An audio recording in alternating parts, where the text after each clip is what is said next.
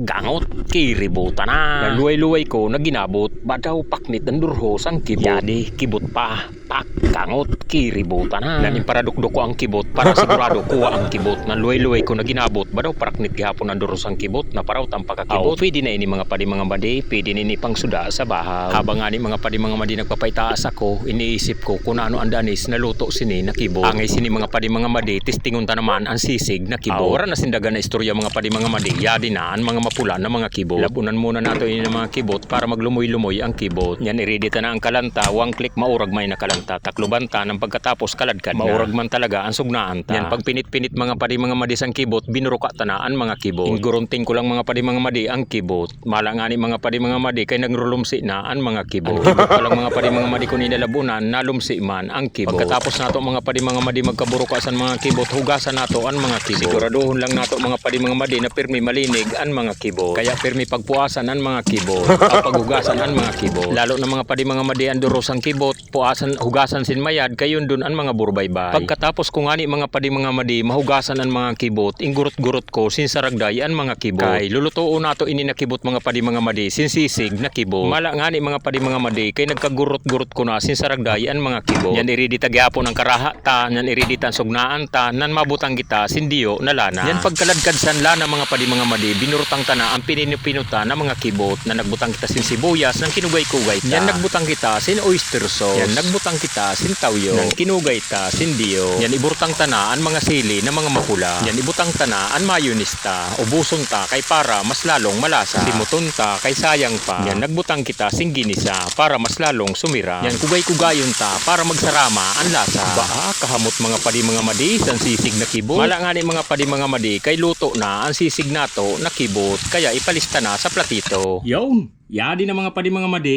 ang sisig na kibot. Yon, kaon ka mo mga padi mga madi. Sisig na kibot, kibot niyo mga padi mga madi.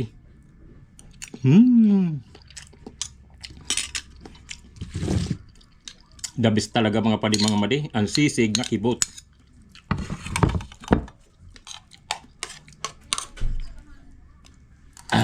Jom namumulan sili sang kibot.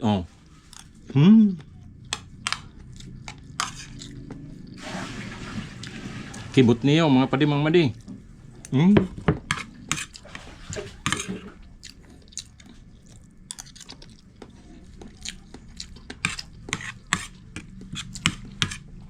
The best talaga mga padi mga madi ang sisig na kibot.